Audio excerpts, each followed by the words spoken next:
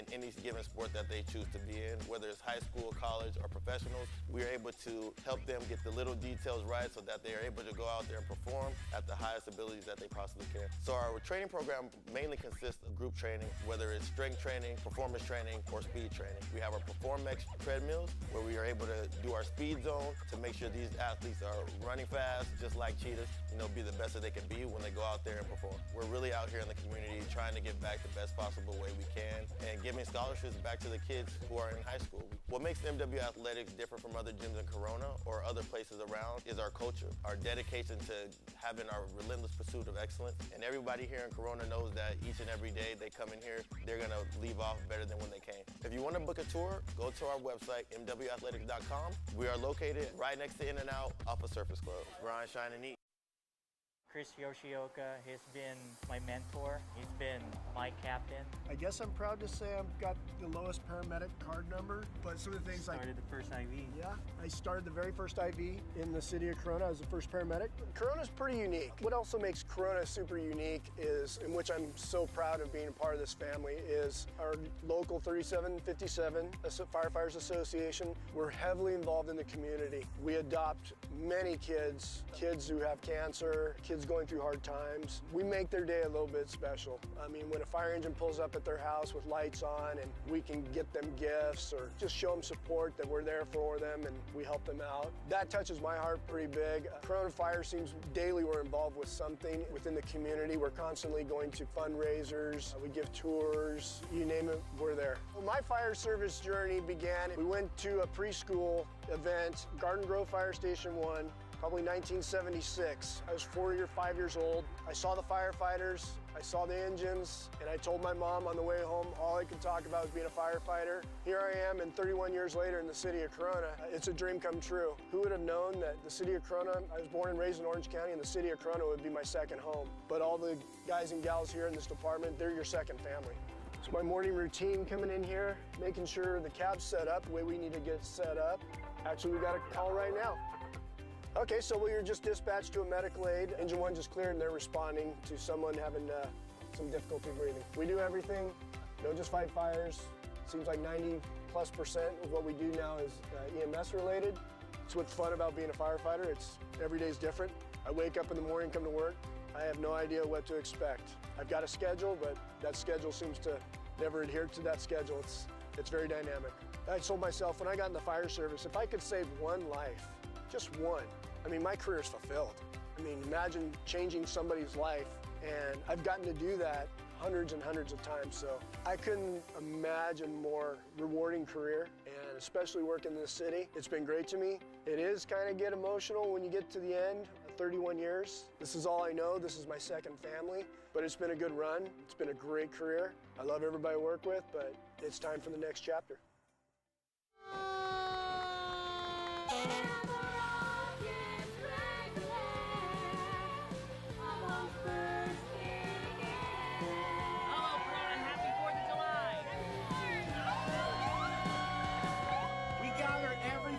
To celebrate our independence as a nation and recognize the dedication and sacrifice of those who fought to preserve the United States of America. Our city remains vibrant with residents dedicated to creating community through celebrating our rich heritage and engaging with each other at events such as this one.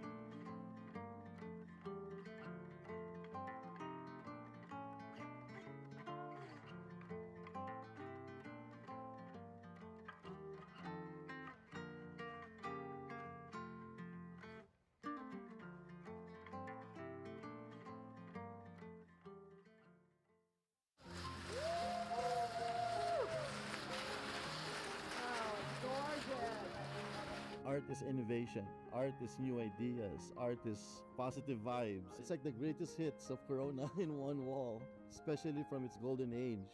And that's something I wanted to have the opportunity to share. So what better place than in our park? This is where the fun begins.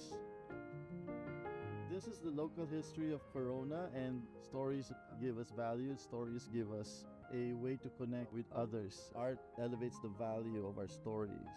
And if it's a work of art, it belongs to everybody. There's 4 murals. I wanted to tell the entire story in a non-linear way so that there's some kind of ambiguity.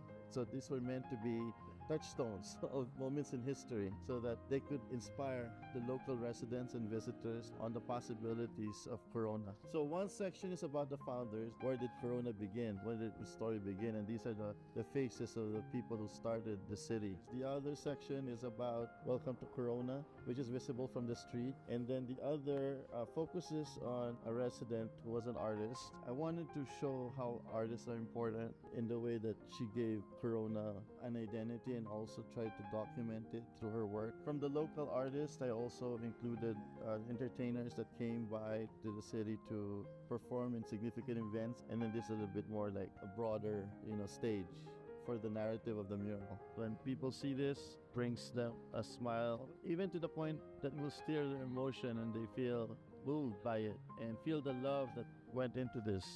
Hopefully this will inspire more engagement to the community, inspire more murals in the city so that Corona will truly be centered and its value be lifted through art.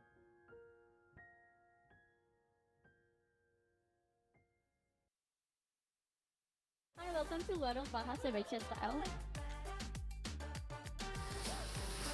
Hi amigos, we're gonna make this like loud and not rotate it.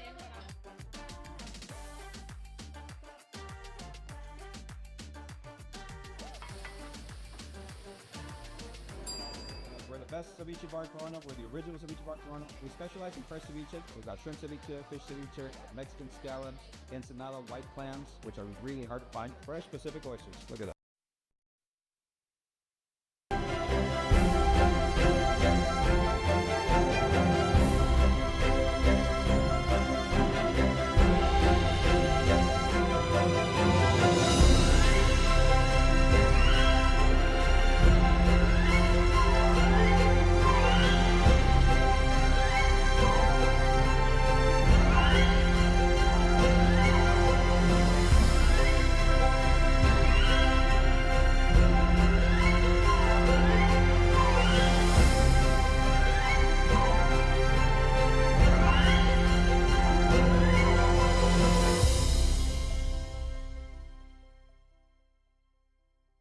Commissioner McBride, would you lead us in the pledge? Yes.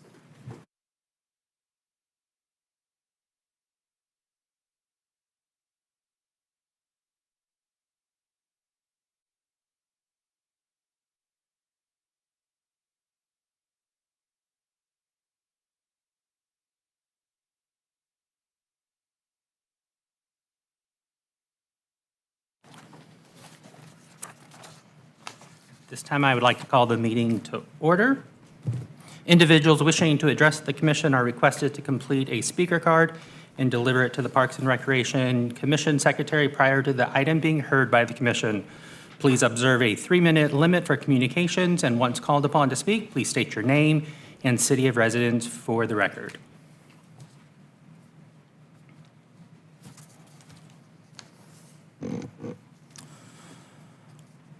Moving to item 3, meeting minutes, approval of the Parks and Recreation Commission meeting minutes of June 10th, 2025. Do we have a motion?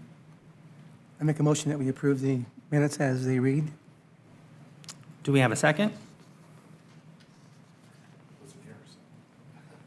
I can second. Second. A motion was made by Commissioner Munoz, seconded by Vice Chair Boggs. Let's take a vote.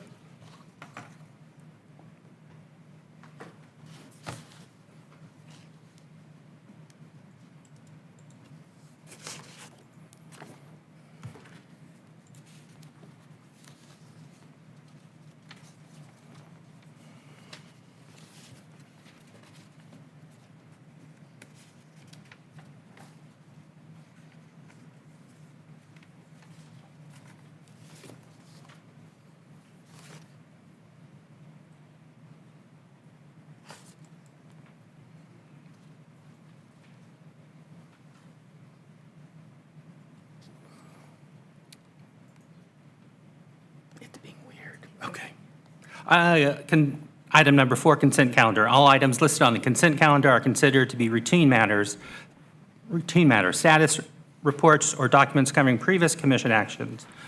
The items listed on the consent calendar may be enacted in one motion with the concurrence of the commission. A commissioner or any persons in attendance may request that an item be removed for further consideration. Section 4.1, Developer Impact Fee Fund Balance Bond Repayment for August 2025. Do we have a motion? I'll move. Do we have a second? I'll second. A motion was made by Commissioner Olson, seconded by Commissioner McBride. Let's take a vote.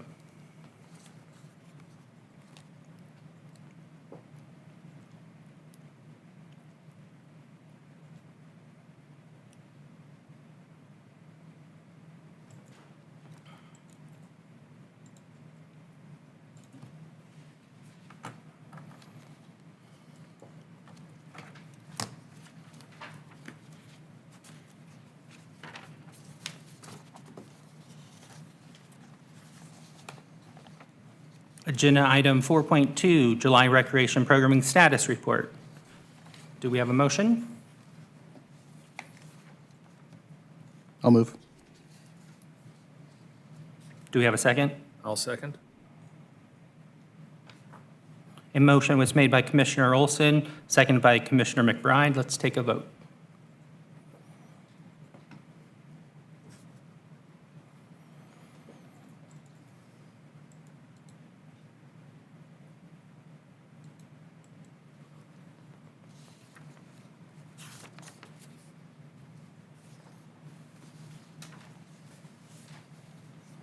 Moving on to agenda item 5, communications from the public. This portion of the agenda is intended for general public comments only on items within the commission's jurisdiction that are not listed on the agenda. Persons wishing to address the Parks and Recreation Commission are requested to identify themselves and state the matter on which they wish to comment. No action will be taken on matters not listed on the agenda. Please observe a 3-minute time limit for communications. Ms. Bacchus, are there any speaker cards from the public? Yes, we do have a speaker card. Mr. John Strazer, Mike Wagner, and Rob Morgan would like to speak.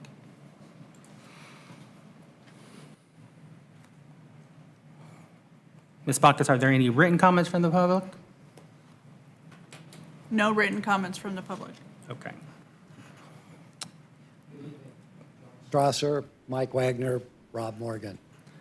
As you're most likely aware, the $1.1 million El Cerrito Pickleball Facility project budget has been approved but paused pending further evaluation.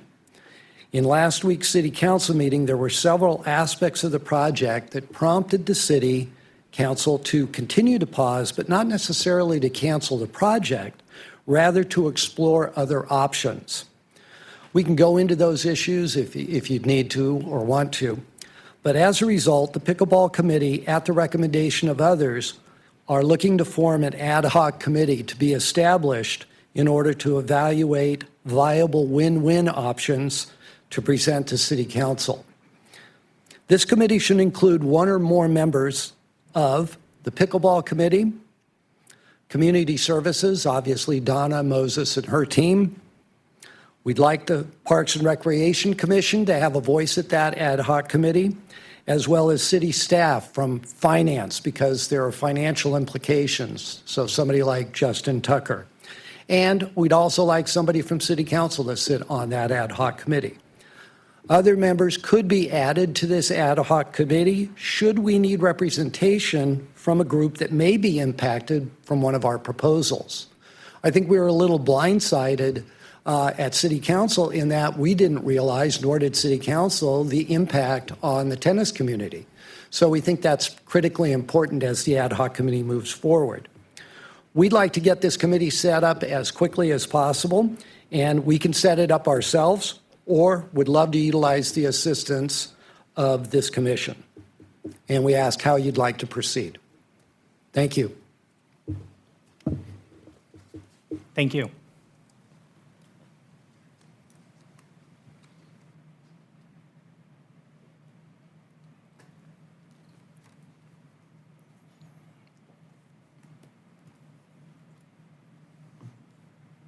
Moving on to agenda item number 6, administrative reports. Reports by Ms. Finch. Thank you, Vice Chair Boss. Good evening, Commissioners. I know it's been a couple months since we've last met, so we have a lot of exciting updates to give you, especially because we just wrapped up our busiest time of year, our summer season. So our recreation team is going to be giving a report later this evening on special events and all the exciting things that we did over the course of the summer. But in the meantime, we wanted to give some information on some of our other program updates that we have. On our recreation services side, our supervisor, Miss Karen Lee, is going to be giving an update on some upcoming events that we have planned for the month of August.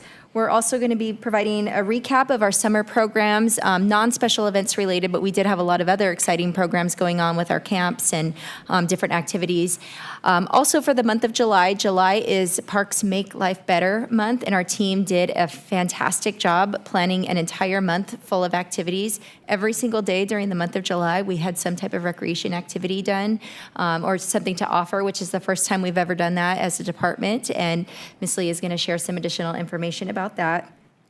Then we're going to turn it over to Mr. Cortez, who's going to give an update on our Parks and Trails side. As I'm sure many of you know, we did a grand opening and ribbon cutting for Victoria Park Splash Pad. This project's been a long time coming. He's going to share some information about that. We also recently got direction from City Council to install automated locks on several restrooms at our parks. We're going to provide some more information on that. Guided Hikes program is restarting. We typically take a little bit of a pause on that program during the summer because of the heat, but that's going to be starting back up. And we'll give some information on what we have planned. The Skyline Master Plan is one of the last projects you saw before we went on pause for summer, and we've got some good news to share about the plan. It was approved by City Council, so we're going to provide some additional details. And then I'll be wrapping it up with an update on some agenda items that we have planned for September and October. So I will go ahead and turn it over to Ms. Lee to start our report.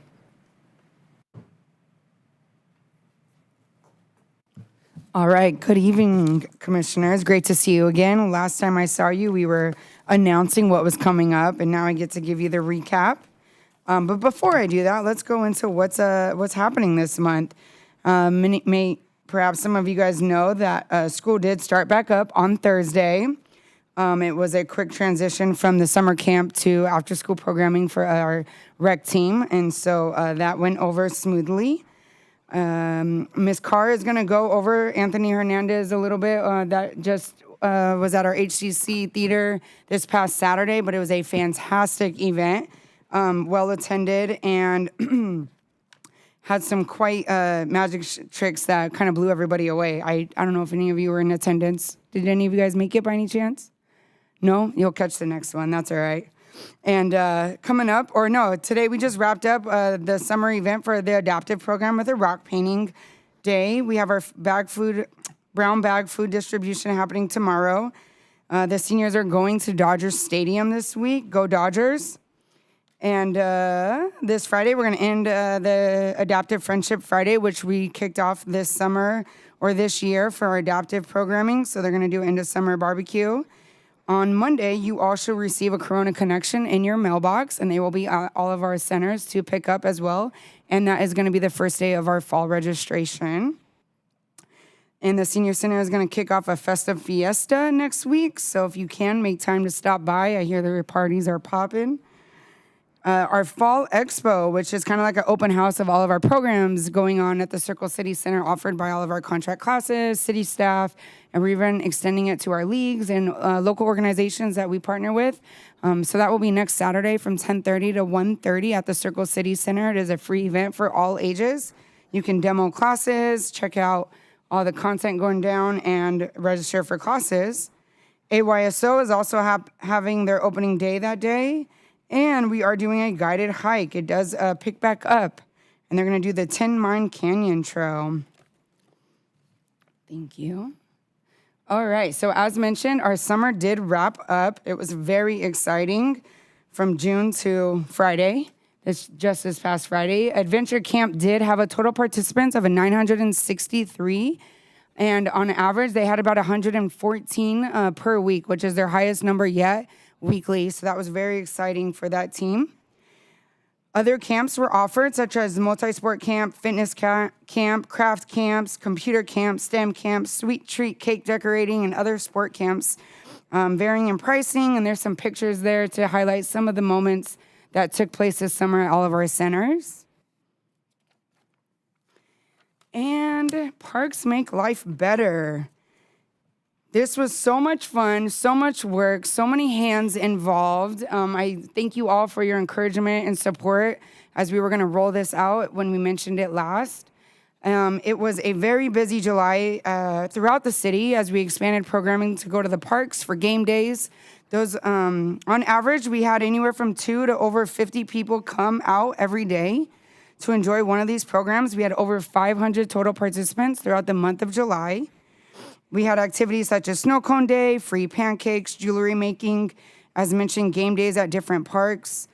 And it was so well received by the kids, the parents, and we are getting excited for next year. So if you have any suggestions, we will definitely be open to those so that we can continue this tradition moving forward. And I think that's it for me. Thank you all. Thank you, Ms. Lee, and good evening, Commission. Glad to be back, and we have a few updates to share with you this evening on the Parks and Trails side. Get my little clicker here. So first, as Ms. Finch mentioned, we had our Victoria Park splash pad opening. I know a couple of you were there as well with our city council. It was a great opportunity for us to connect with the community. It's been a project that's been underway for over a year through the planning process, and this was community development block funded.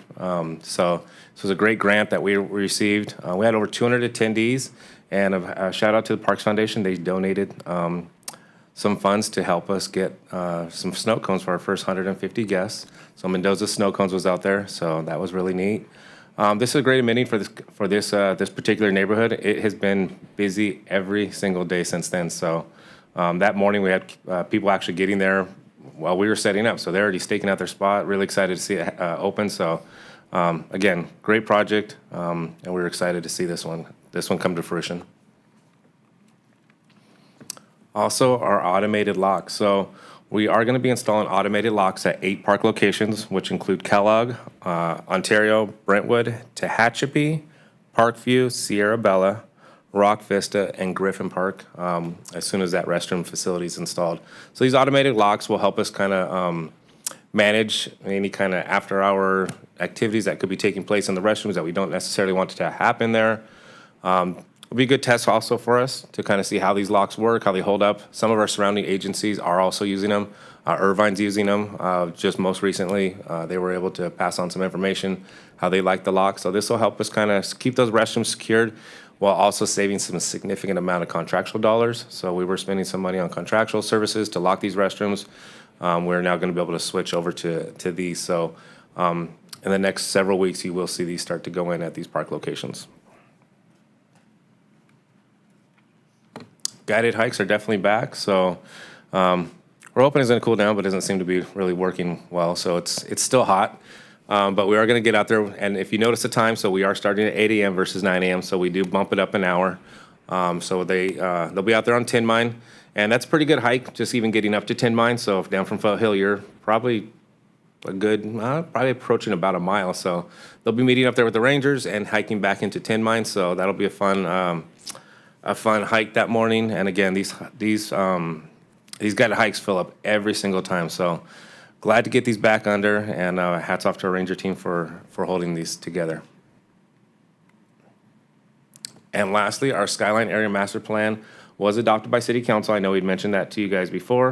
It was adopted, so we now have a implementation plan that we'll be working on, everything from some light amenities throughout the trail system, such as shade and seating, some trash receptacles, as well as a restroom facility that'll be going in up towards the trailhead, the actual official trailhead up near the dirt location, as well as some proposed circuits that will be on the trail. So anything from about a mile to right around that 2 mile mark.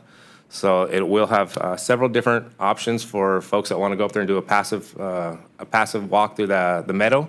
And again, it really just kind of helps protect our asset that we have up there, keep it in its natural state, and allow the community to go up there and hike and enjoy the area. So That concludes my updates, and I will pass it off to Ms. Finch for some upcoming agenda items. Thank you. So on the agenda for the month of September, we have several items planned. It's going to be probably a hefty agenda for us. We're going to be giving an update on Griffin Park. As you know, we did receive a grant for Griffin Park for Phase 2, about $2 million from Sabrina Cervantes, and we've been working with RJM on the design for that project. So we'll be providing an update on what we have in mind on the concept and hopefully get some direction from the commission on how to move forward. We also are in the planning process for a new large-scale event in partnership with the OC Marathon. It is a 5K run that we are going to be proposing on the Grand Circle. So it's a really great opportunity to try and bring back the road race, even though it's a different type of road race, but it's going to be a road race on foot. But we are really excited for this opportunity. We've been in discussions with OC Marathon as well as our police department and our traffic department to figure out the feasibility of this because, as you know, Grand is a heavily impacted area. So we want to make sure that we are planning logistically for it, and we think we've gotten to a point where we can make it work. So we're going to be bringing that update to the commission in September, and then that will be going to City Council for final approval right after. We'll also be providing an update on back to school. So as you know, we're gearing up. Well, actually, we have already started back to school, and we've started our Kids Club program. So we'll be giving some information on what we have planned for the year. And then one item that we don't have on the upcoming agenda items that we're excited to bring to you in September is going to be an update on field renovations and our outreach that we've been doing with other agencies to try and get a comparison of what they do versus what we do, learn some of their best practices, and see if there's anything that we can be doing better. So we're going to be bringing that to you during the month of September. And before I wrap up the report, we don't have a slide on it, but I'm really excited to introduce our new Recreation Services Manager. She is sitting over there in the audience. Her name is Monique Leone. She is brand new, just started yesterday with the city, so she's just observing tonight. But next month, you will have her here giving the Recreation Services report for the department. Monique comes to us from the city of Santa Ana. She served as their recreation supervisor for special events for several years. Prior to that, she worked many years with the city of Dana Point and did senior services, community center operations, fund development. So we're just really, really happy to have her on board. She's got all the skills that we need to make sure we are setting our recreation division up for success moving forward. So you will get a proper introduction next month when she's here presenting the report. So that wraps up our report for the month of August. I'm happy to answer any questions you have. Thank you all. Ms. Bacchus, are there any speaker cards from the public? No speaker cards from the public. Are there any written comments from the public? No written comments from the public. Thank you. Moving on, Commissioner Olson, do you have any questions or comments? I do, a few. Thank you. Thank you for the report. Glad to be back. It's been a few months for me. Always great to see everything going on in the city. I say it every month, and I'll say it again. There's never a shortage of things to do, and I think that's just wonderful. So keep it up. I know there was a report on the stats, and they were there, and we had some statistics here in the summer program, total participants of 963, and I take that's up from last year, year over year, based on the weekly totals? Actually, it's lower than last year's, but that's because there were less weeks of summer. Okay. But our weekly average was the highest ever. Great. So there was a demand. Thank you for that. The Victoria Park splash pad, I did unfortunately miss the morning kickoff, but I did get there later in the afternoon with my kids. Much later, no more snow cones left, unfortunately. But there were plenty of kids out there playing. It was really cool. My kids ran into some kids in our soccer team, and it was just, it's great to see the community come together there. I'm a little worried about those flags and how they're gonna look in a few months, but hopefully they're cool. But they do add a lot of whimsy and a lot of fun right now. But very cool addition to the city, and I just saw a lot of people come out and play there, so that was great. Was that ahead of schedule, or is that? I thought I remember there was a point where it could be just like in September, past the end of the season. Yeah, we're kind of right on schedule. I mean, close to, yeah. It's great, yeah. Wanted to get it open before the end of the splash pad seasons. So. It was perfect. Yeah. I mean, it's been such a mild summer, right? And you hit it right when it got hot, so great timing. The locks on the restroom, how did we pick those parks? So those are the parks where we've had, like I mentioned, some activities taking place, people camping out, vandalism to them, residents complain about seeing folks there after hours. And so we were using contractual services to lock some of those. Again, we'd get there and there would be, at times, vandalism taking place. So did some research on them and actually reached out to CXT, who is the manufacturer of those pre-manufactured restrooms. They kind of pointed us in the direction of these locks. Irvine, actually, I mentioned, had just installed them. Got in touch with the manufacturer, and they fitted our doors and everything, and so we're going to give this a try. Okay, so it's kind of a give it a try phase, see how it works. Yeah, I mean, again, this is going to save a substantial amount of money on our what we were paying for contractual services to get the bathrooms locked on time. And again, if we have these 8 restrooms that we're trying to lock, it takes us, so we're kind of starting to lock a little bit earlier, and then by the time we make our rounds, it's a 2-hour trip around town. So this will be nice that they all lock right at 10:30 when the parks close, and unlock in the morning when people are out trying to maybe get an exercise in or something. So this will really help logistically with that as well. Excellent. I'm curious to hear how it goes in a few months. Hopefully folks aren't sticking rocks in the door. They do come with a warranty, so obviously if somebody hits it with a bat or a hammer or something, they're not going to warranty that, but they do give you, I can't remember the details off the top of my head, but we did do some pretty extensive research. Council had asked us what the warranty and battery life on those was, so we anticipate them being around for a while. Awesome. And the Skyline Area Master Plan, do we have any updates on the status of the pedestrian bridge project? So there's kind of a hybrid one right now. So we're still working on the overall bridge, but we did replace, I don't know if you've been up there recently, but I haven't. Yeah, so there's a safe path of travel now. So okay. Our public works team was able to get out there and assist our community services team with installing a much solid structure and remove kind of those janky planks that were there. So now there's an actual path of travel across. Okay, very good. And very much looking forward to a lot of those events, those agenda items next month. I'll save my question for those when those come up. And we'll welcome Ms. Leon. Thank you. Thank you, Commissioner Olson. Commissioner McBride, do you have any questions or comments? Yeah, I think Commissioner Olson got a couple of mine, so I'll keep them probably shorter here. Mr. Cortez, I have a question on those doors. Is there a process? I know this is great, eliminating contract labor and getting the cost down. Do we have any way to know if that door's been propped open or anything, or is it going to be still having to do some sort of physical reoccurring checks? So there'll probably be some random checks, and obviously if a resident sees it, we'll point them in the direction of the non-emergency number. But yeah, if somebody did compromise the door, unfortunately, there's no way of notifying us. Okay. I'm really encouraged to hear what the future holds on those. The Skyline plan, I'm really happy about that. I'm now hearing there's been some changes. I'm going to get up there maybe in October and hike. A little busy till then. As for the camps, the weekly average, congratulations. They keep increasing. I love the programming you guys are doing, so please continue doing what you're doing and keep that increasing up. And welcome again. So I'm sure that'll be a common thread here tonight. So that's all I have. Thank you, Commissioner McBride. Commissioner Munoz, do you have any questions or comments? A few things. Thank you, Ms. Lee and Mr. Cortez, for a wonderful presentation.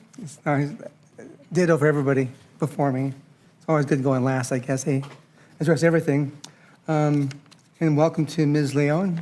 Good to have you here. I spent a lot of time in Dana Point at their concerts, so I'm very familiar with the concerts in the park there. So if we can emulate that, we'll be doing amazing. We already are amazing, so what's the difference? Dana Point with the ocean. One question on the wrapping up summer 2025 page. I had a question on the price ranging. We had the CCC staff-led camps at that price per week, and then we had contract class camps at that price per week.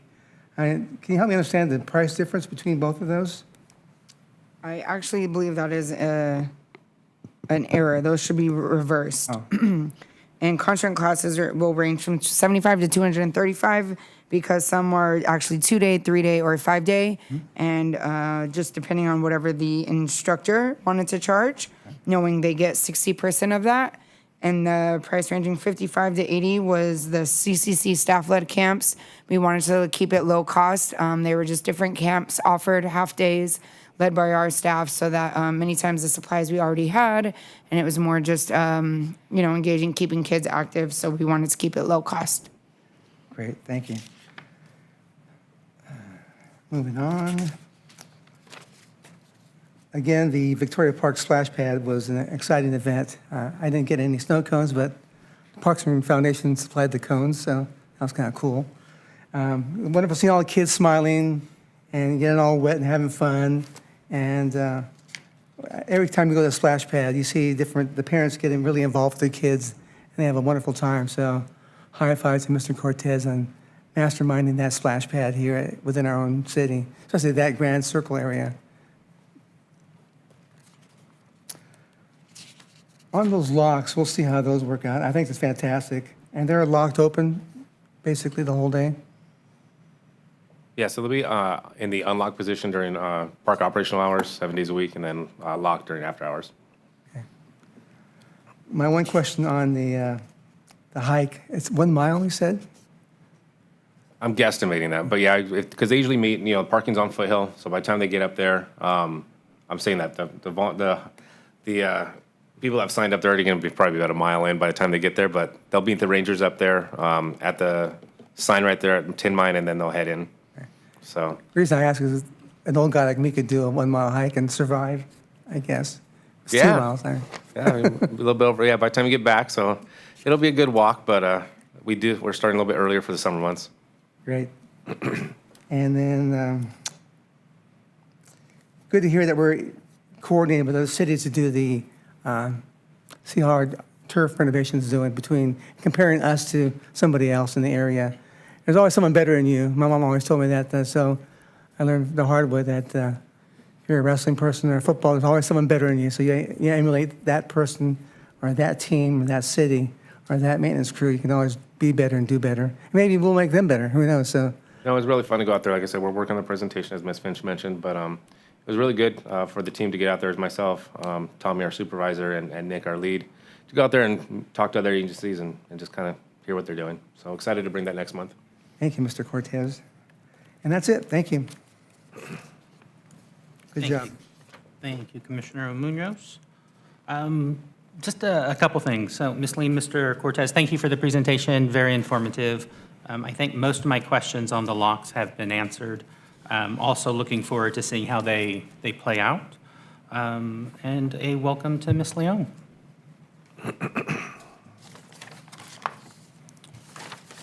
Moving on to agenda item 6.2, Community Service Annual Report by Ms. Finch.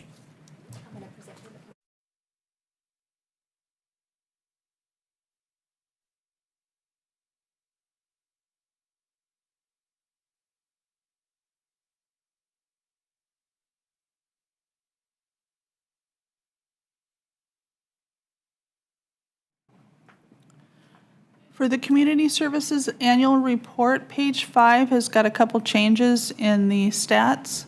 Just wanted to point that out before you see it on the screen.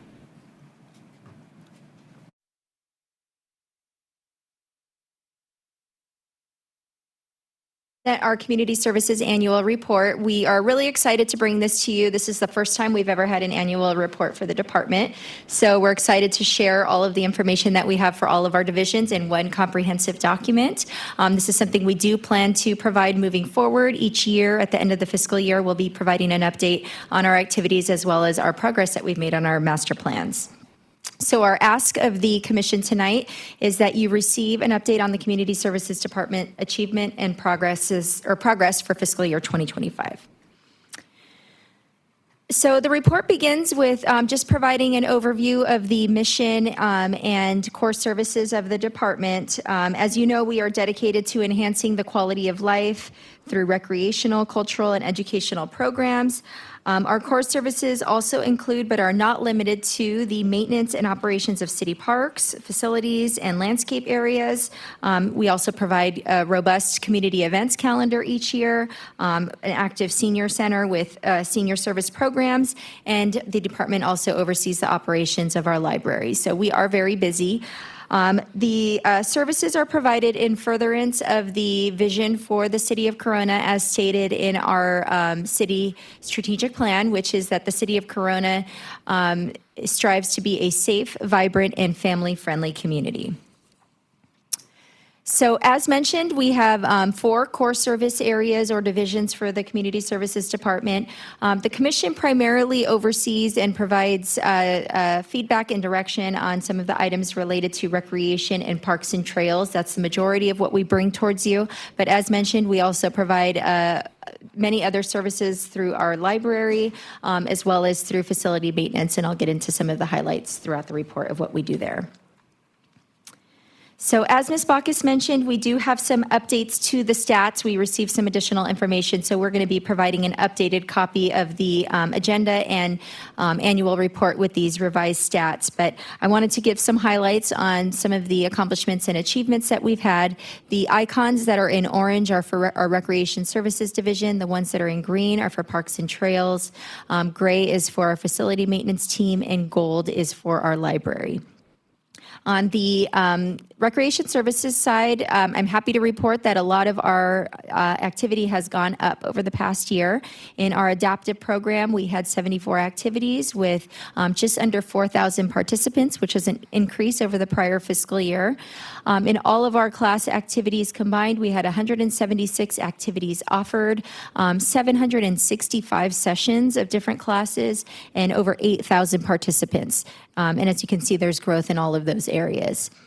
In facility reservations, that did go down. We had 1,813 room permits over the course of the year, but we did see an increase in our picnic area permits. That went up to 712, and then an increase in our field reservation permits, which went up to 8741. For our Kids Club after school activities, again, just down slightly, we have 8 program sites this past year as opposed to 9. That's because we did get one school that decided not to renew, but we still are very active in those 8 sites that we have. Even with losing that one site, our participation did go up from the previous year with just over 1,700 participants and 86 camp weekly average. And then at our senior center, activities went up to 47 activities. Participation did go down. This is to the fact that we did move our brown bag program over to the CCC. So the level of participation that we have in some of these activities shifted to another site. So it didn't necessarily go down, it's just the activities shifted over. But again, still very, very robust center with over 1,100 participants and over 15,000 meals served through our congregate lunch program. Special events, we had 32 city events last year with 20 co-sponsorships. Both of those are up. Our volunteer program, as you know, has been very active. Our participation continues to increase. We have just under 1,400 volunteers and over 23,000 hours. And then for youth and adult sports, we were up across the board. 76 youth teams, over 760 players, over 100 adult teams, 102 to be exact, and just over 1,000 players on our adult sports program. So all of those we're really happy to see are continuing to grow, and we hope to see that growth continue over the next few years. For trees trimmed, we do have our urban forest management program that has our grid pruning cycle. We've been staying on track with that, trimming the trees every 5 years, and then our palm trees annually. Last year, we trimmed 14,000 trees. That was up over the previous year. Graffiti removal went down, which is a good thing. We are not seeing as much graffiti in the city. We are still staying on track with getting that graffiti removed within 48 to 72 hours. We did have 1,100 tickets, just over that, and over 174,000 square feet of graffiti removed. Again, both of those went down, which is good. The less graffiti we see, the better, but we have been staying on top of that, so we're proud to see that. Parkway maintenance tickets did go down as well. Hopefully that shows that things are starting to improve in our parkways. That went down to just under 2,400 tickets submitted. We did create some new processes and procedures for responding to those tickets through See-Click-Fix. We want to make sure that we're addressing those more proactively, and we're getting out there and working with our contractors to get things turned around quickly.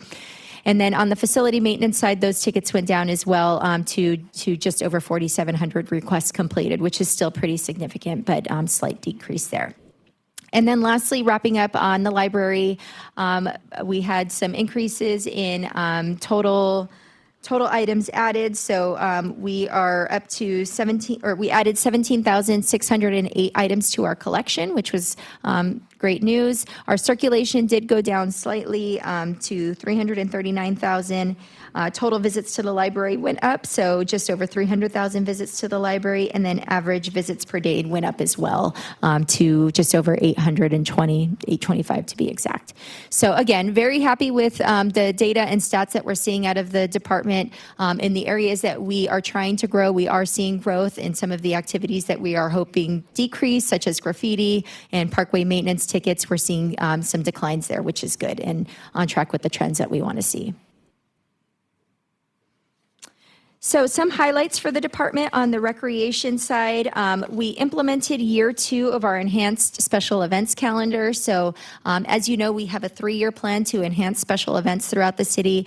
This included a variety of activities, including bringing in our summer street fair, adding the Movies in the Park program. This past year, we did some enhancements to our holiday lighting event. We added the new drone show. We also got a new Christmas tree for the front area, which was very well received. So we're very happy with the progress that we've made there. And then, of course, we also launched our new signature event with the Music and Arts Festival. This is something that we really do hope to continue to see grow as we offer it over the course of the next several years. But we were very happy with the participation and attendance we had on our inaugural event. For the reservation system, we launched our on-demand reservation program, which helps streamline our reservation process. It is now much easier for people to reserve a picnic shelter. It's a lot quicker and easier for them to reserve a facility. Over at the parks, if you are interested in a picnic shelter, as you know, you just scan a QR code now. We've got signs up at all of our shelters, and people can do on-the-spot reservations if they choose to, if it's a non-complicated reservation that doesn't include any types of vendors or necessary insurance. So we're very happy to see that roll out, and we hope to see our reservation numbers increase as that program continues to be implemented. As reported, we also expanded programs and participation in our adaptive programs, our early childhood, and our senior programming. We are working closely with Corona Norco Unified School District to provide our Kids Club program. This past year, as well as part of the prior year, we have been able to provide that program completely free through the ELOP funds that the district has been providing. So that has helped us see a growth in participation. All of our programs have been full, and we do have some pretty abundant wait lists at some of our sites. So one of the goals that I'll be discussing in the future slides is that we're going to be trying to continue to expand so we can get those wait lists down and hopefully be able to provide a spot for most of the community that wants to attend. And then lastly, made improvements to our volunteer program. As you know, our volunteer program has gotten a lot of recognition this year. It's seen a lot of growth. We've streamlined the recruitment and onboarding process to make it easier for people to become volunteers. We've also partnered with some of our other departments, including the police department over at the Animal Center. Their volunteers are now under the umbrella of our volunteer program. So we've been able to help make it easier for them to bring volunteers on board and made some enhancements to the work that the volunteers can do at the Animal Center, which has been great. And we're trying to expand those opportunities to other departments as well. Moving on to the Parks and Trails side, some highlights for this fiscal year include implementation of year 1 of the Park and Recreation Master Plan. So we adopted our first Park and Recreation Master Plan in 2024, February of 2024, and we have a 10-year implementation plan that's associated with that. Each year of that implementation plan has roughly three to four projects, park projects that we are trying to move forward with a focus on deferred maintenance, as well as some necessary improvements. So we're very happy to share that last year we invested $2.8 million in park improvements. Some of those improvements include opening 3 new playgrounds at Mountain Gate, the tot lot that we just opened up this spring, as well as Border Park and Fairview Park. We did some playground replacements there, which have been very well received, as well as some ADA improvements that were necessary at those park sites. Those have been wrapped up as well. And as mentioned, we've also addressed some deferred maintenance. We did improvements at Border Park, addressing some of the deferred maintenance items there. And we also have some additional work planned at Sheridan Park and Promenade Park that are coming up. As mentioned, we completed the Victoria Park splash pad, had the grand opening on August 2nd. So very happy to get that program or that project wrapped up. It's been a long time coming and is much needed for that community. We also started the implementation of our Trails Master Plan, which was also adopted at the beginning of 2024 and also has a 10-year implementation plan associated with that. So we made progress on several year one projects for that plan, including the installation of trailheads at Butterfield Park, at Fresno Canyon, Eagle Road, and the Green River SART trailhead. Skyline Master Plan, we talked about that earlier, but that was completed and approved by the City Council on June 18th. We achieved our year 3 goal of our urban reforestation program to plant 3,000 trees. So we've planted 9,000 trees total over the course of 3 years, and we are on track to reaching our goal of 15,000 trees over a 5-year period. So that program has been going very well. We are also going to be implementing a tree inspection program to help make sure that those trees are being properly maintained and healthy, and we have a good survival rate with that. And that's going to be moving forward over the course of this next fiscal year. And then, of course, ongoing response to our graffiti and encampment cleanups.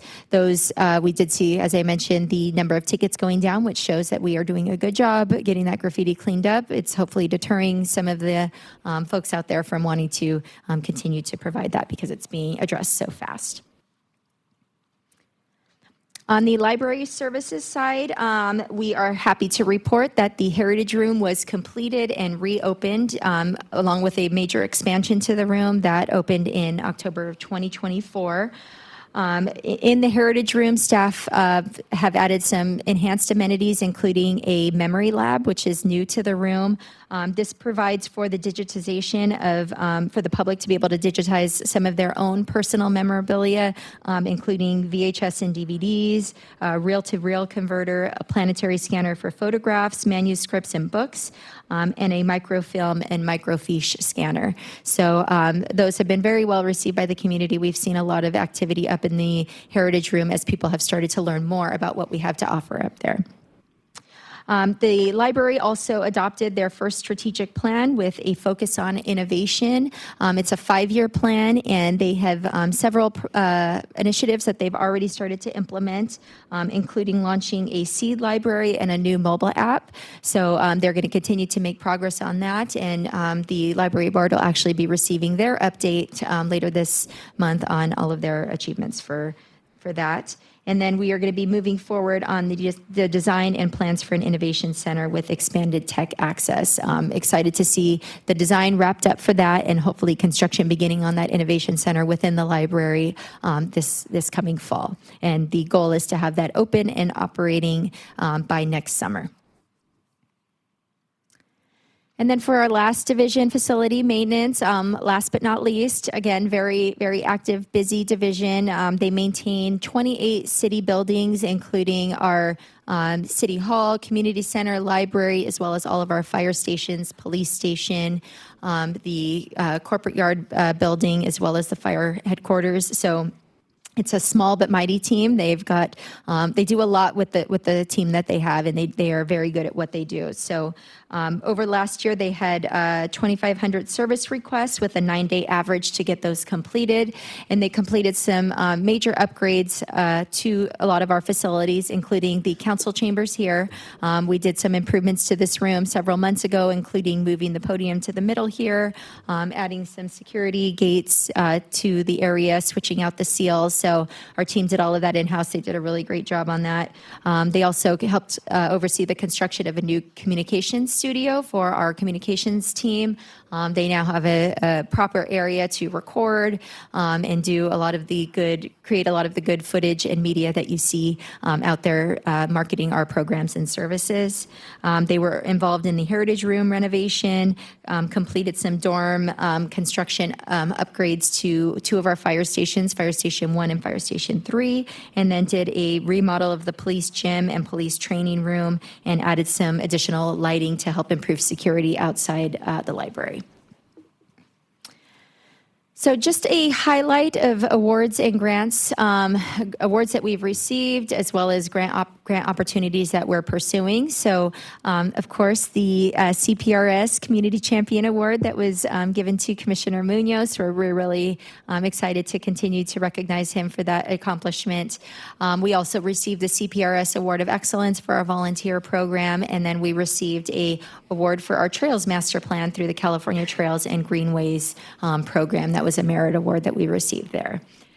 For grant opportunities, we are in progress right now of applying for an outdoor ORLP, I can't remember the acronym, Legacy Partnership. I forget what the R stands for, but it's for the City Park project. It provides up to $15 million in funding for the project. We did make it past the first round, so we're selected by the state of California to move forward to the federal review process. Unfortunately, it is on pause right now, as many other grants are, but we are hopeful that it will be restarted. Our application has been fine-tuned and is ready to submit as soon as the federal government opens that back up, and it's through the National Park Service.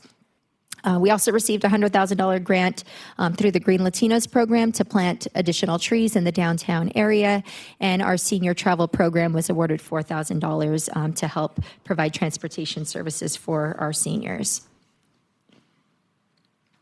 So looking ahead to fiscal year 26, several of our goals are highlighted here for each of our divisions.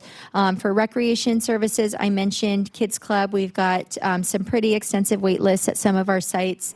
One of the things that we're working on is to try and get additional space at our school sites so we can eliminate those wait lists and be able to provide after-school care for all of the families that need it and want it here in Corona. So we're actively trying to make some enhancements to that and expand that program. We're also going to be implementing year 3 of our large-scale events. As mentioned, we are planning the 5K Circle Run and hope to get approval to move forward with that. And we are wanting to continue to grow our adaptive and senior programs. On the Parks and Trails side, Goal 1, complete Victoria Park splash pad has already been accomplished. You can check that off the list because we're in the new fiscal year now, but that was one that we wanted to wrap up. Also mentioned Griffin Park Phase 2, which we're going to be bringing to the commission next month for an update, and Sheridan Park playground replacement. It's not on the list, but it is listed in the report. We're making really good progress on getting that new playground installed and hope to have some exciting news to share with you within the next couple of months on getting the ribbon cut there. And then again, our urban reforestation program, our goal every year, we're going into year 4 to plant 3,000 more trees, and we are optimistic that we will continue to achieve that goal as we have in the first 3 years. On the facilities side, we've got some CIPs planned for our facilities. One is to replace the carpet throughout City Hall. We've also been actively working on some much-needed HVAC repairs at the library and the police department building, and then refurbish the library elevator. They've had some challenges with that elevator, folks getting stuck in there, so we want to make sure we get that upgraded and safe for everyone. And then on the library side, of course, launching the Innovation Center. That's the biggest project that we have going on at the library right now. We've got all hands on deck to make sure we get that fully designed and implemented and opened by our goal timeline of June 30th, and then expanding our literacy and workforce programs. So again, our ask is that the commission receive this update, and I'm happy to answer any questions you have. Thank you, Ms. Finch. Ms. Bacchus, are there any speaker cards from the public? No speaker cards from the public. Thank you. Are there any written comments from the public? No written comments from the public. Thank you. Commissioner Olson, do you have any questions or comments? I do. Thank you, Vice Chair Boggs. Thank you for the presentation, Ms. Finch. It's really good to see, comprehensively a year in review, and just kind of appreciate the scope and breadth of everything that happens here. It really is kind of remarkable of everything it takes to make a city tick, right? This division is no exception, and the number of places that this division touches is pretty remarkable. A couple of questions on the by the numbers portion. We had a school drop out, and that was the decision at the school level. So that is a school level decision. Who drives it, like the principal, or? Yes, so we do need the schools to provide space for us in order to be able to operate the Kids Club program there. Many of the schools that we've been at have been very accommodating, but as the schools have started to grow some of their own after-school programs, they have not had as much space for our Kids Club program. So we are continuing to work closely with them. They do see the need for our program. We do have many families that enjoy our Kids Club program and want to stay involved in that, and we want to make sure that that need is continuing to be met at those school sites. Okay. Yeah, remarkable numbers on trees trimmed and square footage of graffiti removed. It's really remarkable, kind of hard to comprehend and wrap my head around it. I did have a question about like open space. We did have a fire recently over in the Sierra del Oro area. It started in non-city property, but quickly spread to city property behind the homes. And I know like my HOA has received some guidance on fire-wise communities and how to trim the trees, 6 feet from the bottom and a little bit of a perimeter around them. I know the city, has some open space in and around some of the neighborhoods, like Fresno Canyon, like that area above Palisades. Are those areas that are also trimmed proactively, or is it because they're designated open space, they're not part of an LMD? How do we maintain those areas? So there's a couple pieces to that. So the SDO area as a whole has a maintenance contract with a landscape maintenance contractor. A lot of those areas that do back up to kind of open space, like you've mentioned, Fresno Canyon, that's Dominguez Ranch and Oak Ridge. Both of those areas have like what we consider a wet zone. So there's a fuel buffer. When the track was built, there was a fuel modification plan for those particular zones. So there is an area that the landscape contractor will do, whatever that maintenance path is or whatever that fuel mod zone is. So it could be anywhere from just a few feet, depending on how the layout is, all the way down to, 20 feet, 30 feet, with some irrigated areas. And it's actually a really good example of that is if you drive down Palisades, you can see where the fire jumped across Palisades. You'll see kind of some of those open areas did burn, and it stopped right at the V ditches or where the acacia or whatever the vegetation was on the slopes, where it did stop at those wet zones. So that's kind of how we manage that. We're also working on an updated fuel modification plan for that area. So Good. It's an important and ongoing conversation, of course, in our area. In terms of the Parks and Trails highlights, I am super pleased with the rapid progress that we're making at chipping away at that big hole that we have to dig out of over the past couple decades. So awesome. Keep it up. On the Fresno Canyon trailhead, is that done? minus the drinking fountain, we're trying to get a water service installed. But if you go up to the top part at Oak Ridge, there's a trash can, a kiosk, a bench, a doggy bag dispenser, and some wayfinding items. Okay. Thank you. And, congratulations again to my colleague, Mr. Munoz. You give a ton of your time and efforts and energy, so it's real great to see you get recognized for that. And that's it. Looking forward to what's coming up. Thank you. Thank you, Commissioner. Commissioner McBride, do you have any questions or comments? Yes, thank you, Vice Chair. It's always amazing how far your guys' department goes. You know, I sometimes put on the blinders of the Parks and Rec and the parkways, and I always forget the maintenance. Just sort of a forward-looking question. As you're doing all these modifications and what you alluded to, the plan, you guys have done so much upgrades on all the parks. Do you foresee the facility maintenance needs maybe declining because you're taking that proactive approach, or are you headed that direction?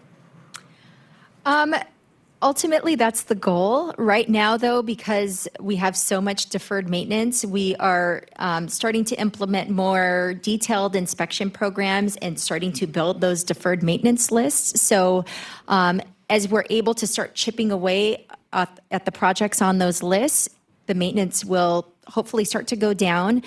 We're in year 1 of 10 years, so it's probably going to take a few more years before we get to that point. But right now, we're just, full steam ahead trying to fully identify what those needs are beyond just the the big things that you see, the playgrounds, the shade. There's a lot more that goes into, maintaining a park and things that people might not see in terms of, the light poles, the pavement in the parking lots, the striping, the gates and fencing. Those are all things that we are trying to look more closely at to make sure that when we're addressing these needs in the park, we're addressing the whole park, not just the big ticket items. So it's kind of, it's a yes and no question, is the fact that we're just looking more closely now and we're seeing a lot more items that are adding to that list that are going to take more time to address. But ultimately, at the end of 10 years, when it's all fully implemented, we're hoping that we can have a more sustainable program to have less maintenance moving forward once we are able to tackle most of these big issues. Excellent. The trees, I'll kick on a few more that I see here. The guys, just the work you're doing with the trees, I see so many new trees in the city. Thank you. I personally appreciate the trees and the shade when I'm walking. I'm glad to hear you're doing a tree inspection program, because I am seeing quite a few, sadly, that are not making it very far. So please continue with that. The graffiti removal, thank you. I'm actually one of the reporters. I can guarantee you, of those 1,100 tickets, I probably got 25 of them, because I don't have a tolerance for it myself. But to the whole team, the adaptive programs, I know the numbers are different than what we have here on the paper, but congratulations on keeping increasing that. I did have a couple of questions. I know the library is not really in our area, but more from a programming perspective. You've got that memory lab.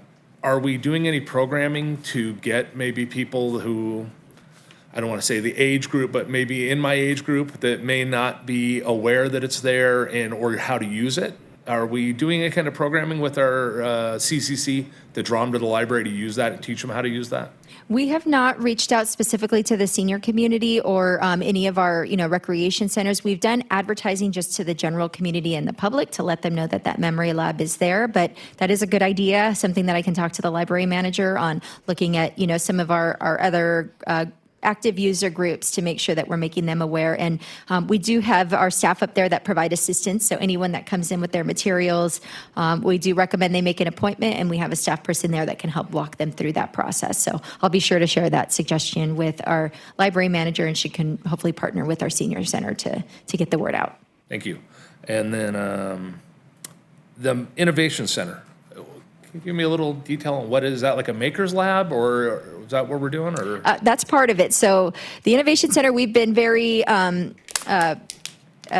communicative with our library board about this. This is a big project for them, as well as the city council. We received a $2.5 million grant to build this innovation center, and we identified through the strategic planning process for the library that the community wants to see more innovation at the library, and that would be a great site for that innovation center. So if you're familiar with the library, it's the southeast corner where we have all the high shelving in the back when you walk straight back over to the right. That whole area, it's about 2,500 square feet. We're going to be moving the shelving out and enclosing that back area with glass storefront windows and creating an innovation center there. We've been actively in discussions with Corona Norco Adult School, with the school district, with Norco College to do programming there in partnership with the city. We're hoping to do some career training, career development programs there, as well as some STEM programming with the school district. We will have an area in there that's going to be dedicated to a maker space, where we're going to bring in 3D printers, laser cutter, sewing machines. One really cool aspect that we're looking at on the career development side is VR headsets that do simulations of different career settings. So I think there's several dozen simulators that are available. If you want to be a nursing assistant or a welder, you can put yourself in the shoes of that person doing that position and kind of get a feel for what it's really like. So those are some of the elements that we're planning to add to that, and we're really excited to get that up and running. All right. Look forward to hearing the programming on that in the future. Again, Commissioner Munoz, congratulations. We can't get enough of that one. And I'm really looking forward to seeing what you guys do this year. You guys hit it out of the park this last year, in my opinion, and I want to see where you guys take it next year. Got a lot to live up to now. So, thank you. Thank you, Commissioner McBride. Commissioner Munoz, do you have any questions or comments? I do. It's always good having a vision, and I know we have one for the city to be safe, vibrant, and family-friendly community. it's always good to see where you've been and where you're currently at and where you want to be. So similar to Commissioner McBride, it'll be interesting to see what happens in 2026 and beyond for the next 10 years. It can only be exciting. And I know we were doing work years ago in Westminster with graffiti. And really my first time being aware of graffiti. I don't know why the first time, but there's always a first and last time. But I was told at that time that if you don't take care of it within 5 days, people who do that mostly in Westminster with gangs, they would claim that area, that wall, that space as their own and be an ongoing no-win process. So if we can do all that within 5 days and less, better off we are here in Corona. So 5 days for some reason was the magic number. And by the numbers, it's fantastic. Great growth. It's good to hear that. It's music to my ears. And it's good to know that people believe in our community, what we offer. So, I mean, what they offer is really is you all. You know, you can do a program, an event, but it takes people like you who are energetic and excited. And I've never seen a non-excited park person, so I come to you for that exuberance, you know. And Miguel, fantastic job on the recreation program outside there in the front. It was a fantastic year. I spoke to you a couple times, and I was a lucky person to speak to you on different matters, and it was great to talk to you and just feel your emotions. It was amazing. And so it's that excitement that I see and I feel and I enjoy when I talk to people at those events. I mean, it's a win-win. And they look to us, to you, to be that spark, and you're that. So thank you. So what is the future store for Corona? I'm sure we'll hear about that shortly, Ms. Finch, for that coming up. So that'll be fun to see that. And moving on. I'm going to probably go, Corona will do something that's better than what they've seen before. So we learn from that. So I'm looking forward to seeing what Mr. Cortez has developed with that program with Trailheads. I mean, to me, Trailheads more than the bench, you know. So Park Heritage Room tour, and I was with your wife and your loved ones, and you'll be amazed. What they had before was totally different than what they have now. So I'm good friends with Mr. Richardson, so he can tell you the whole story about every piece of artwork in there and manuscript. He can tell you about Black because she is the CPRS Person of the Year for me, you know. So she's an amazing person. I'm glad we have her here. When I first saw that Victoria Splash, I go, there's more coming to Victoria Park. Thank you. Congratulations to you and to your entire team. Some really great. Do you foresee losing any of the 8 Have been in place even since before the Title I designation? I've asked some of these questions, but also on library services, can you explain the Seed Library? Sure. So at the Seed Library, patrons are able to check out seeds that they can look specifically at the different plant material that they have. But it's something. Outstanding. Very nice. Thank you. Thank you very much. You're welcome.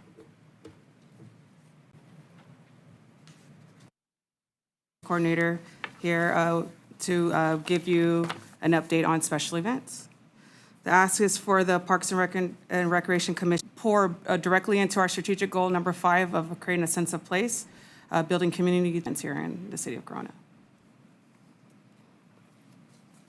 So for our spring summer overview in the month of April, followed by our 4th of July Festival and Parade, which is one of the popular events in the city. Of them, we had a mild cancellation due to the fires in the area, and then followed by our 5 weeks of Summer Street Fair.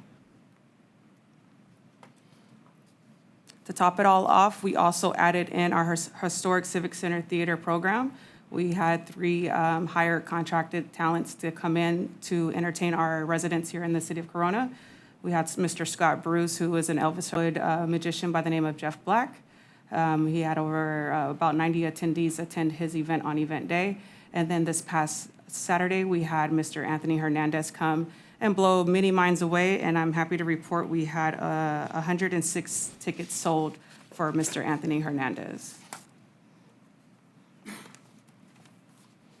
Here to share with you also is some highlights for the Music and Arts Festival. For this inaugural event, we partnered with the local Corona Art Association. They hosted the beer and wine garden for the day, and they also hosted workshops and demonstrations throughout the day. Also, please note this was a 7-hour event. So this event was probably one of our longest historical events in the city. We hosted 21 local artists from the geographic area, 18 artisan vendors, and we had over 10 live performances at the event on event day. We have approximately 5,000 attendees come to the layout over the course of the 7 hours, and we provided a dedicated space for hands-on art activities and live demonstrations for our residents. One of the popular highlights for the summer is always the July 4th Parade and Festival. This year we had 93 parade entries and participants, approximately 10,000 attendees in person on event day. We recorded over 42,000 live views on Facebook or Instagram on our live feed. For our festival over at Santana Park, we had 21 food vendors available for our residents. Approximately 25,000 residents arms. And obviously, we always end on a fantastic fireworks spectacular of 21 minutes. The 20 movie screenings over the 5 weeks at 4 of our city parks. Attendance is standing far. The feedback is that we're getting a strong community engagement. People are enjoying the movies or making it accessible, walkable, or small drive or bicycling over to the parks to engage in this event. And this season, we were able to partner with our friends over in the Utilities and Public Works departments to enhance the outreach efforts for their own departments and relationships with the public. For other people's favorite or growing favorite is our Summer Street Fair that we just concluded this past Thursday. The street fair obviously offers live music. Each week, anywhere from 25 plus vendors, including food and artisan vendors. We provided crafts and interactive inflatables for our youth that attended the layout. Our weekly attendance ranged anywhere from 2,000 to 3,000, depending on the night, the genre. And our beer and wine garden proudly was sponsored by the Corona Parks Foundation. And thank you to them for each weekly providing that sponsorship. Performances this year was provided by Blink-182 True, Taboo Band, Man I Feel Like Shania, Flashback Heart Attack, and Not a Fade Away.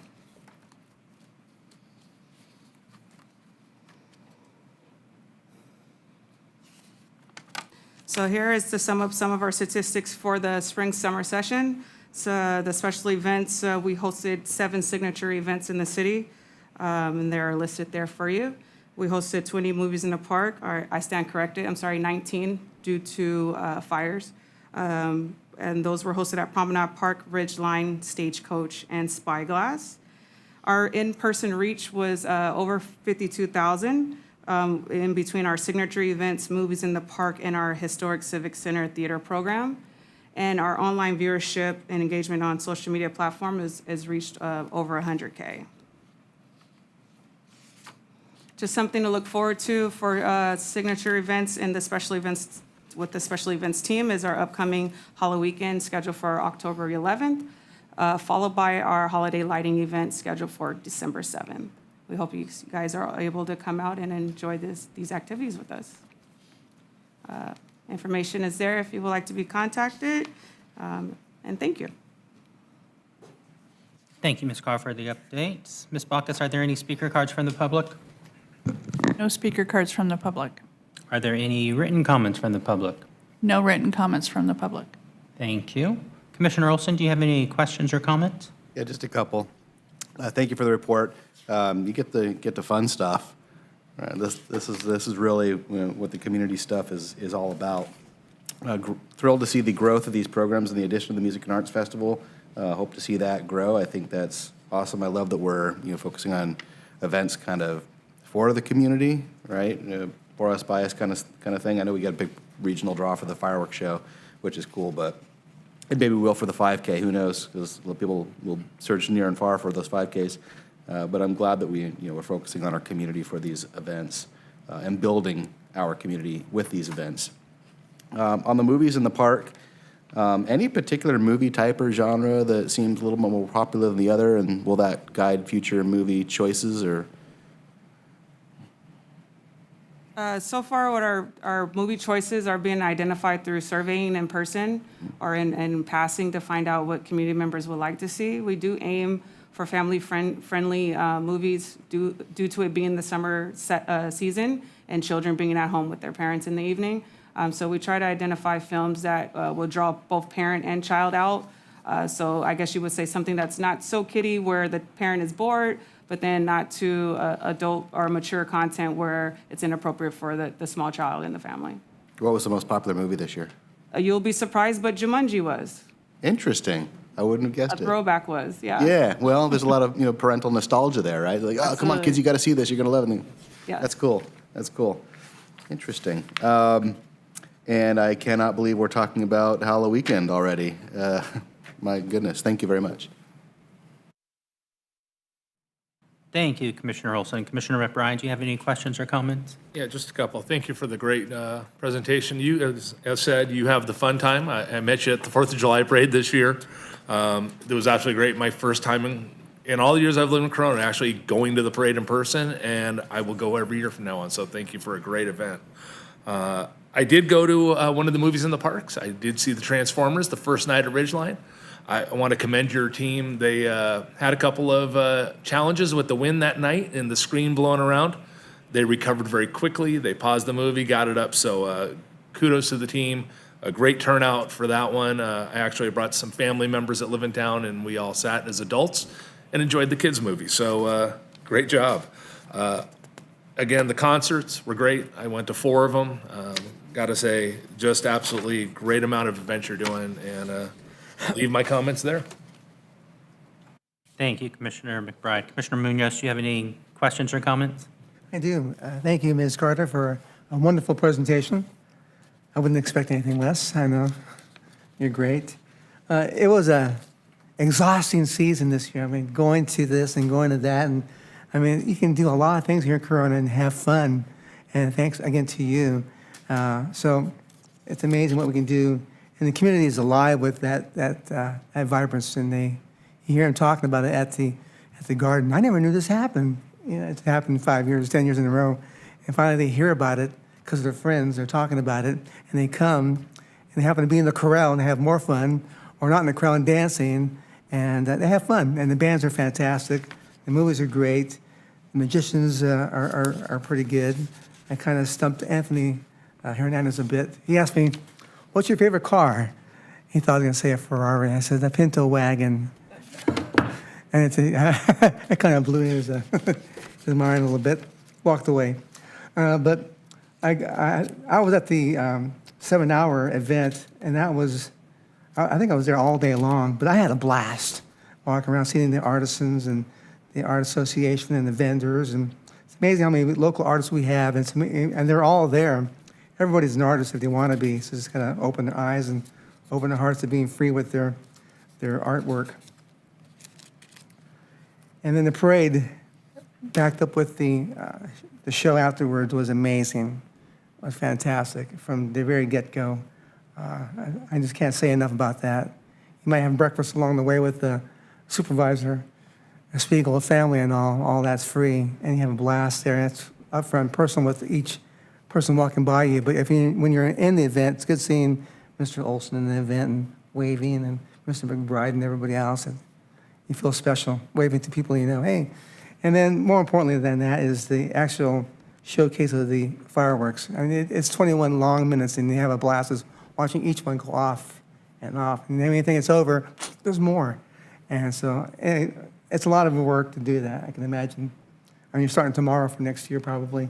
So we've already started already too. But again, thank you so much for a great season. Thank you, Commissioner Munoz. Ms. Carr, again, thank you very much. Great presentation. You do get all the fun stuff, so thank you very much. Moving on to agenda item number 7, Commissioner members' reports and comments. Commissioner Olson, do you have any closing comments? Just one. First, I'd like to thank the gentleman who came to speak and hung out with us for the rest of the meeting. I appreciate that.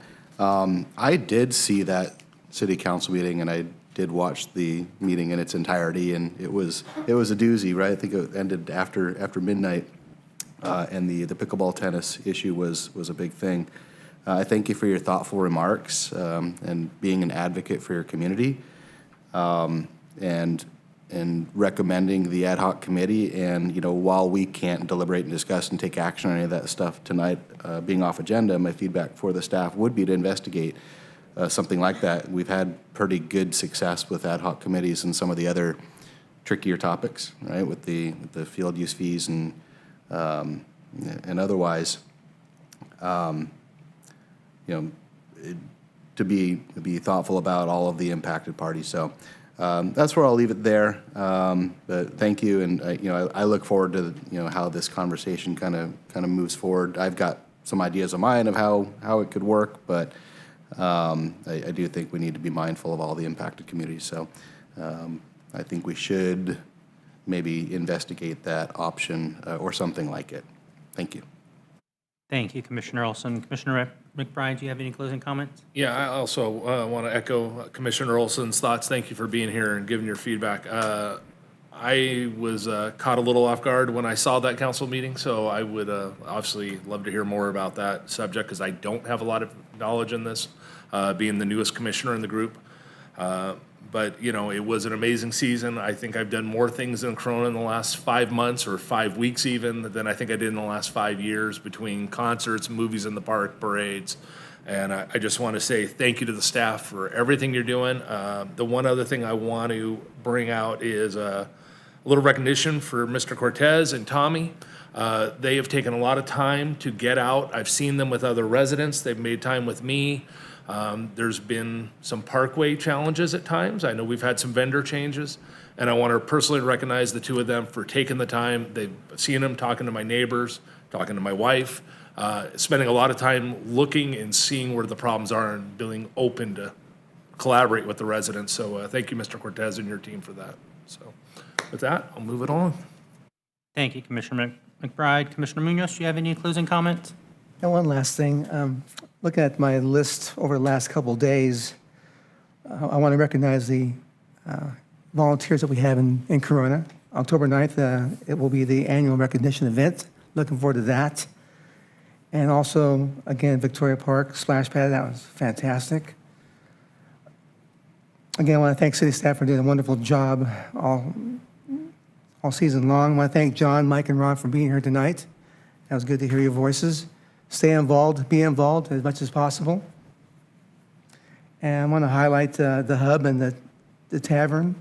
It's taken years to get that area back to life again, and we've done that, and we're doing that, and we'll be doing that for the next couple of years on the north side of the street. Event that I had an opportunity to go to over the weekend was Angels Over Cliffs event.